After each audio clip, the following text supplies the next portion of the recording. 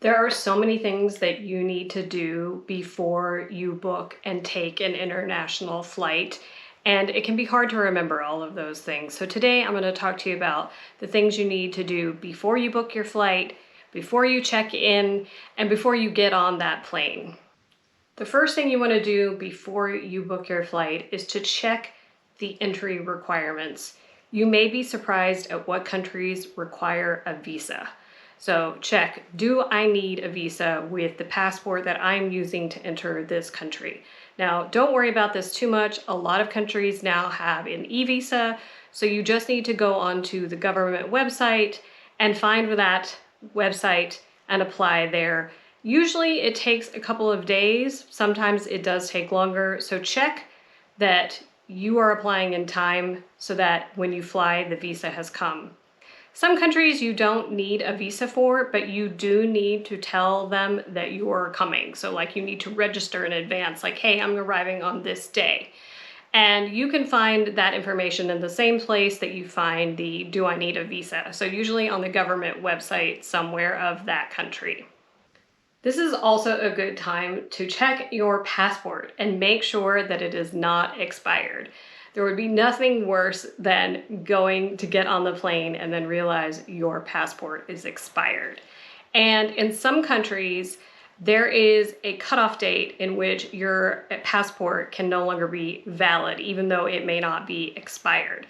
Meaning, let's say your passport expires in December. Well, 3 to 6 months before that, that country may say, no, you can't come because you could stay long enough and we don't want you to be here if your passport's going to expire while you're here.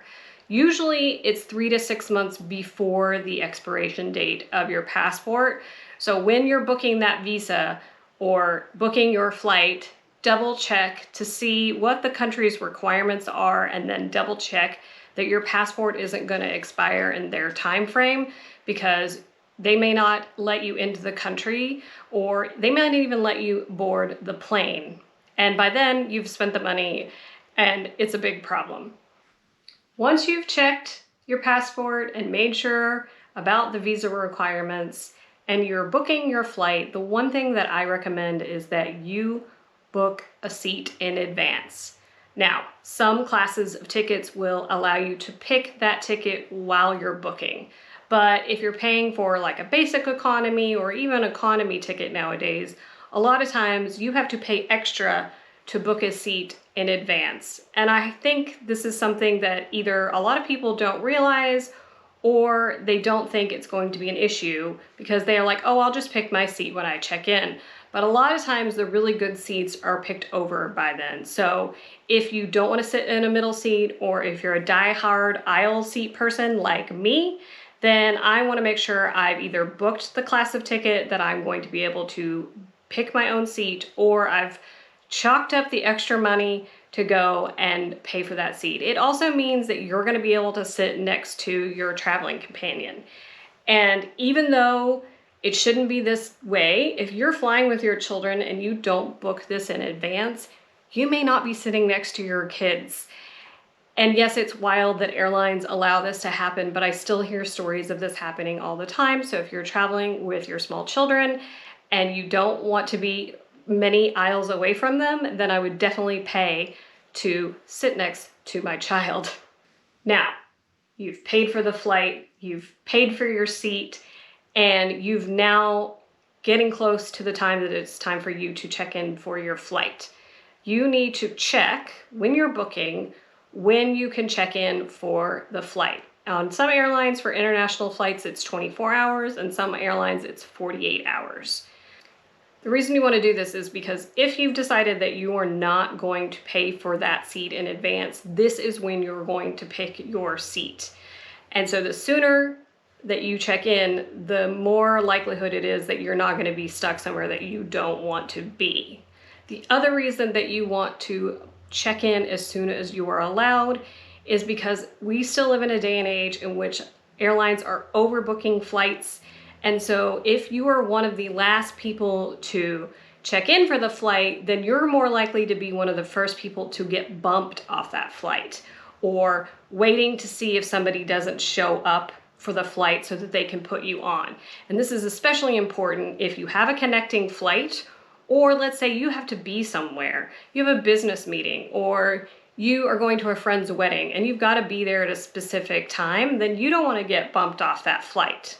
Let's talk about some of the things that you need to do before you board the plane and things that you want to have packed with you for this international flight. The very first thing that you're going to want to make sure that you do is to print your boarding pass. And you may be thinking, Tiffany, I have the airline's app. I don't need to print the boarding pass. I'll be fine. But what if your phone dies? Particularly if you're making a connection and you have both electronic boarding passes on your phone and you get to your connecting airport and you no longer have it. In some airports, there is a transit desk and you can go get a boarding pass, but in some there are not. Or let's say something bad happens to your phone. It gets stolen or something. You lose it in the airport before you board the plane in your first airport. A lot of times beyond security, there is no place for you to print a boarding pass. You might be able to get one at the check-in desk, but I don't know anymore if that's possible because, you know, things have changed so much with the way that airlines run. They may not be able to. And then you're gonna have to wait until that desk opens at the gate. And sometimes they don't come till like 30 minutes before. And there are a lot of people waiting in that line to talk to people. So it's just one less stress that you need to worry about if you have that printed boarding pass. Let's talk about some of the things that you need to pack in your carry-on. And this one's gonna seem really silly and you probably are thinking, but I have one of those anyway, but double check. Is to have a pen, because if you're going to a foreign country, there's a high chance that you're gonna have to fill out an immigration form. Now, it may be given to you in advance on the plane, and it also may just be something that you have to fill out on arrival. Now, a lot of countries are doing away with this form, but I still see it occasionally, and there's always a frantic search by somebody for a pen, and flight attendants aren't gonna have enough pens for the entire plane to fill out your immigration forms. You also need to know the address and phone number and possibly the name of the hotel or Airbnb or friend's house that you're staying in that country. A lot of times, if you have to fill out that form, it's going to ask you. I have also been asked this by an immigration desk. They wanted to see proof that I had a place to stay. So this is another thing that you want to consider printing before you leave, because if you get there and your phone is dead and you're fumbling around going, well, I know I have a reservation, but I don't know where it is. I only know the name of the place. Immigration's not going to be super happy with you. I haven't run into a happy immigration officer yet. That just could be the nature of their job. Maybe they're meant to be.